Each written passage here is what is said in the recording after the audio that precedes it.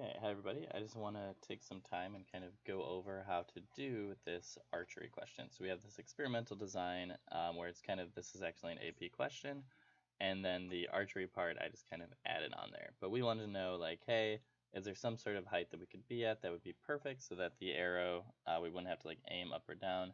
The arrow would just kind of hit a bullseye every time without us having to be like, whoa, just so we'd be able to hit it every single time.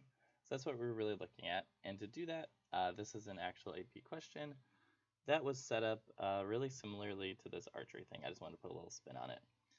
So we're saying students are studying the two-dimensional motion of objects as they move through the air. Specifically, they are examining the behavior of a sphere that is launched horizontally from a location above the floor with an initial velocity v0 in the positive x direction as shown in the figure. The students assume that the positive directions are along the sphere's initial velocity for horizontal motion and downwards for vertical motion. The horizontal displacement of the object from its starting point is x, and the vertical displacement is y. One of the students derives an equation for y in terms of x and other quantities. After examining the equation, the student claims that y is proportional to x squared. So a lot of information. Really, the main thing that's a little bit different is we're calling down positive for y, up negative, right positive for x, down negative, or left negative for x. So that's just a little bit different because we're doing down as positive. So it doesn't change too much, but you know. And then we have v0 is in just this horizontal direction, so no angle. But yeah, other than that, we just kind of have a normal situation. We want to know is y proportional to x squared. So is y equal to some slope x squared plus maybe a y-intercept. So derive an equation for the vertical coordinate y of the sphere as a function of x, v0, and physical constants as appropriate, and then we'll kind of upload our work. But so what we really have is we can look at this projectile motion, and when we have projectile motion, we keep them separated. So we look at what's happening in the y direction and what's happening in the x direction. So in the x direction, and really let's start with, so we know that we have this equation. We have this x equals x naught plus v naught t plus 1/2 at squared equation for the displacement of objects. And we also have this v equals v naught plus at equation. But yeah, so in this case, let's just kind of start off by listing what we know. So in our x direction, we know that we have a horizontal displacement of x. So we can call x naught equals 0, x is equal to x. We know that our v naught in the x direction is just our v naught. And then we know that because this is a projectile, the acceleration in our x direction is just equal to 0. In our y direction, oh, and then time, sorry, we don't know time. So we do not know time. All right, and then in our y direction, we can set up, so we know y is equal to y. We're calling y naught equal to 0, so we're saying we start at 0, and then we go down to y. We know that v naught y is just 0, because it's only in the horizontal direction. And we know that acceleration is equal to, we're going to call it positive g. In this case, we're going to call it positive because it's accelerating our object down in the positive direction. So we're going to call this a positive g. All right, and then t is something that we don't know. But that's kind of us listing our variables, and now we need to think about where we want to go. We want to end up with an equation that says y is somehow related to x squared. So we have our y's over here, and we have our x stuff on this side. So we need to find a way to bridge these. We need to find a way to get our x variables into our y equations. So really the best way to do that is through time. This time is the same in both of them. So this is really us, our ability, our way to bridge the gap between these two variables is through time. So let's check it out. So we can write an equation. We can plug in for x. So we can say x equals v naught times t. Everything else goes to 0. And then for y, we have y equals 1/2 g t squared, and everything else goes to 0. So now what I can do is I can solve my x equation for time. So I can say time is equal to x divided by v naught. Now I have an equation for time that I can plug in over here. So y equals 1/2 g time squared, so x over v naught squared. And then I get y equals g over 2 v naught squared times x squared. I just kind of moved some stuff around. But so this is an equation for y that shows that y is proportional to x squared, just like our problem wanted. So derive an equation for the vertical coordinate y in terms of x, v naught, and physical constants. So we got x, v naught, and g is a physical constant. So we're good to go. This is going to be our equation, and we're going to use it throughout the rest of this question. But now we're saying the students have access to the experimental apparatus shown in the figure. Besides the sphere, the apparatus consists of the following: a launcher that launches the sphere horizontally, always with the same unknown speed, v naught, a stand that can be used to adjust the height of the launcher. The students also have several sheets of plain paper, several sheets of carbon paper, a meter stick, and a stopwatch. I'm just going to list what we have.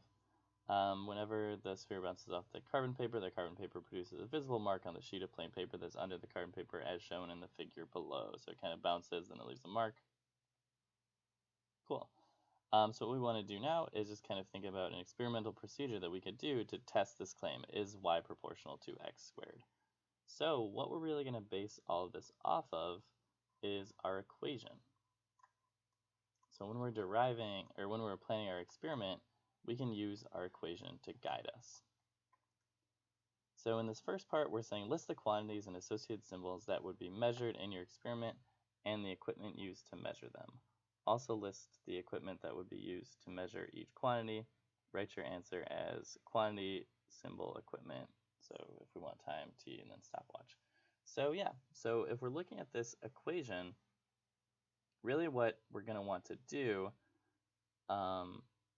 we want to test this claim, is y proportional to x squared. So really what we need to do is get data for all of these quantities and see if they line up, see if it matches up. So we want to be able to plot y and x squared and see, do these follow this linear relationship, like we assume that they will. So if those are linear, if we're able to graph them and we see that they're linear, then we are good to go. So what's nice is that all that we want to test is to see, are they proportional to each other? So we don't really care about the slope's value. We don't really need that. We just need to see, when I graph them, are they proportional? Do they create this linear equation? So really all that we need to do that is data for y and data for x squared. So we don't even need to worry about time, which is nice. So really all that we need to do is the quantities that we're going to measure. Sorry, let me pause this really quick. Okay, cool, sorry about that. I just wanted to check to make sure we didn't need to find v naught squared. Okay, so yeah, all we need to do is see, are they proportional to each other? So it looks like to do that, we need to be able to graph y and graph x.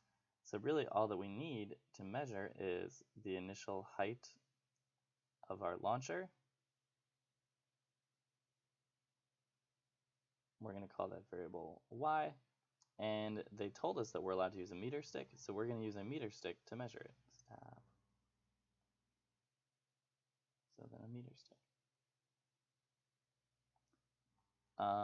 And then we also said, hey, we want to plot x, so we're going to call that distance landing from launcher. So wherever that sphere lands in comparison to the launcher. And I'm going to call it maybe a horizontal distance. And then we can also use a meter stick and the carbon paper to do that.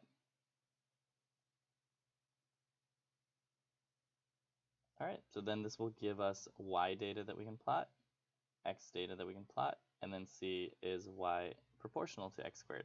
So this is really us listing our quantities. So now that we have our quantities listed, we can then create a procedure based on these quantities. So it's saying, hey, this is what we want to find or need to find. And now our experiment is really just us telling the person reading it, how are we going to do that? How are we going to find what we said we needed? How are we going to collect this data? Right, so we identified what we needed. Now we're just going to talk what steps can we do in order to actually collect that data. So I'm going to type this because I don't want to write it. But so really what we can do first is this experiment, it seems like what we need is to find different heights and then see how x compares. So it seems like first what we'd want to do is set the, and what are they calling it? They're calling it a projectile launcher. Yeah, set the launcher at a height and ensure that it is launching parallel, or we'll say launching at a 0-degree angle. All right, and then we said, well, okay, now it's set at some height. Then we need to measure the height. So use a meter stick to measure the height of the launcher from the ground. All right, so we are saying we need to measure y. So we've defined what y is. Oh, I don't know why this freaked out. We've defined what y is. And now we've said, hey, this is how we're going to measure y. We're going to use a meter stick to measure the height of the launcher from the ground. All right, and then what we'll say is launch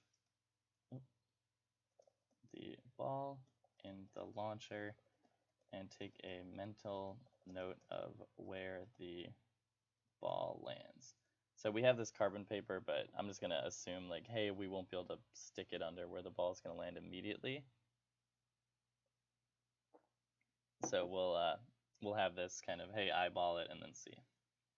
All right, and then we'll say place a piece of, let's see how they do this. Place a piece of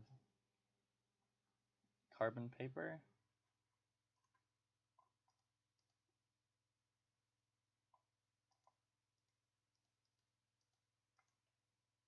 this thing's freaking out.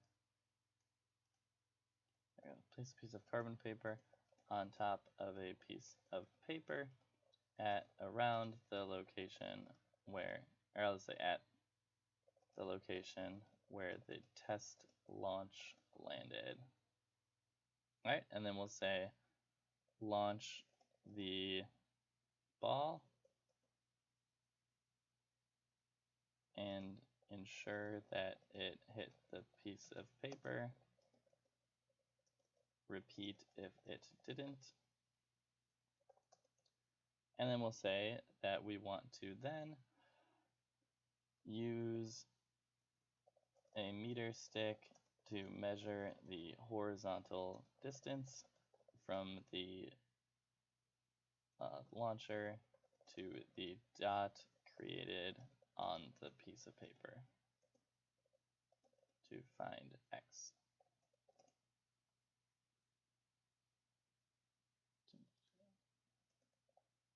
Cool. All right, so now we've said, hey, these are the data points that we need.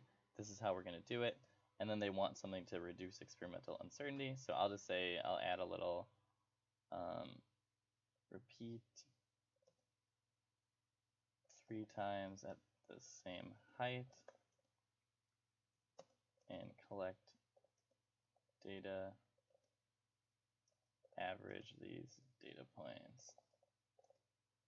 All right, and then finally I'll say repeat steps 1 through 7 at 5 different heights. All right, so now we have 2 kind of ways to reduce experimental uncertainty. Is we're kind of redoing it a few times within the data at the same point, and then we're doing the experiment at different heights so we can kind of gain a range of ideas, a range of heights and data points. All right, so then moving on, we're saying the student's teacher has a video camera which is not available to use in the experimental procedure. In part B, this teacher uses the camera and video analysis software to generate the data shown in the table below. The table shows the sphere's horizontal and vertical displacements x and y as measured from the location of the sphere's launch point. Student wants to use the teacher's data to determine whether the claim that y is proportional to x squared is true. Use this data to create a linear graph to prove that y is proportional to x squared, label the axes, and then submit it.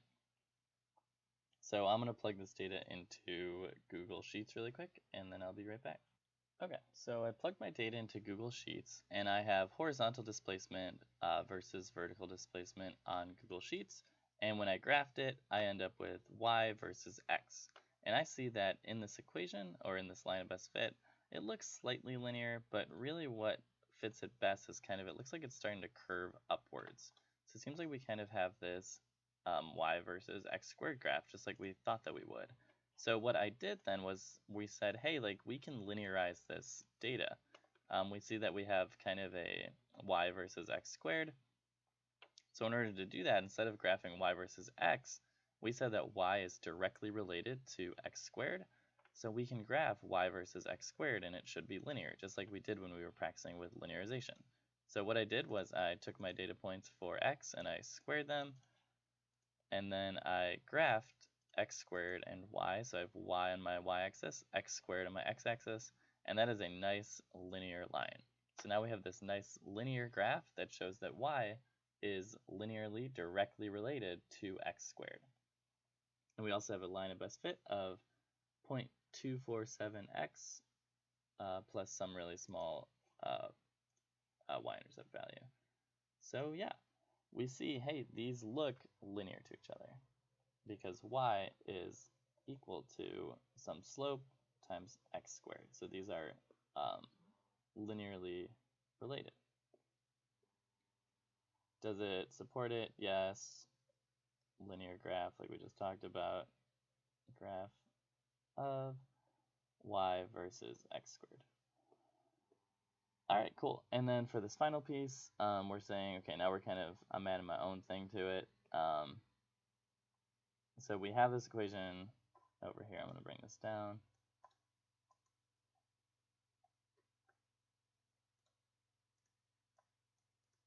All right, so we're saying an archer follows your procedure that you outlined in the experimental design. They're glad they found that y was proportional to x squared. They're happy about it. They try to launch arrows from constant velocities, blah, blah, blah. Data y versus x squared, graphed it, shown below. So we have this y versus x squared graph for a bunch of different points for this archer. And then based on the above graph and line of best fit, what is the perfect height above the bullseye a person should be so that they don't have to aim to get a bullseye, which is 70 meters away? So with this one, what we have to do then is just kind of use our line. So I was hoping that we would have like a nice horizontal axis, and then we could just be like, oh, 70 is about there.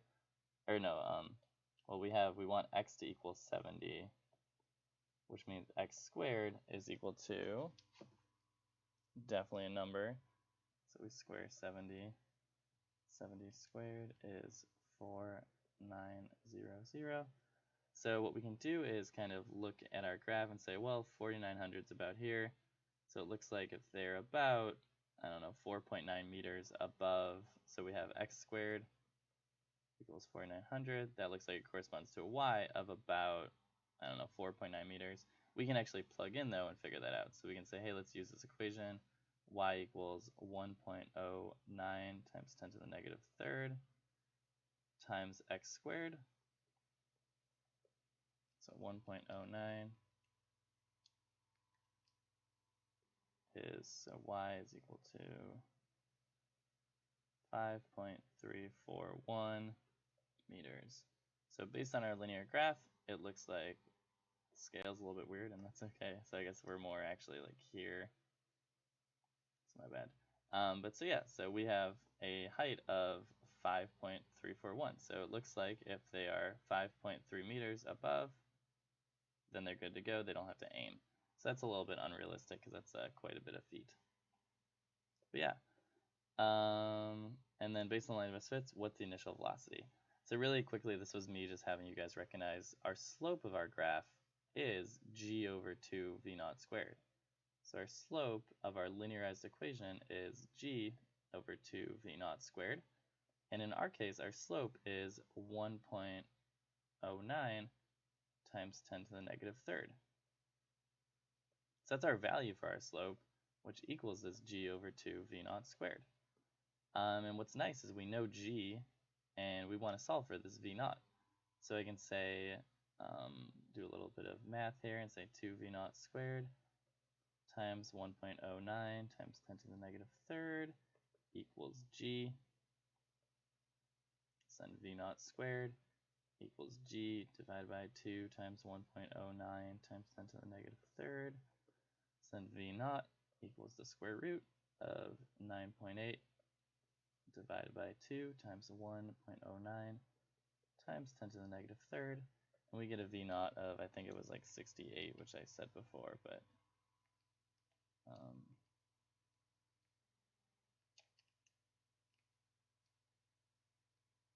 yeah, 67.04 meters per second. So that's just us using the actual meaning of the slope of our linearized line. So that was a lot, but thanks for checking it out, and yeah.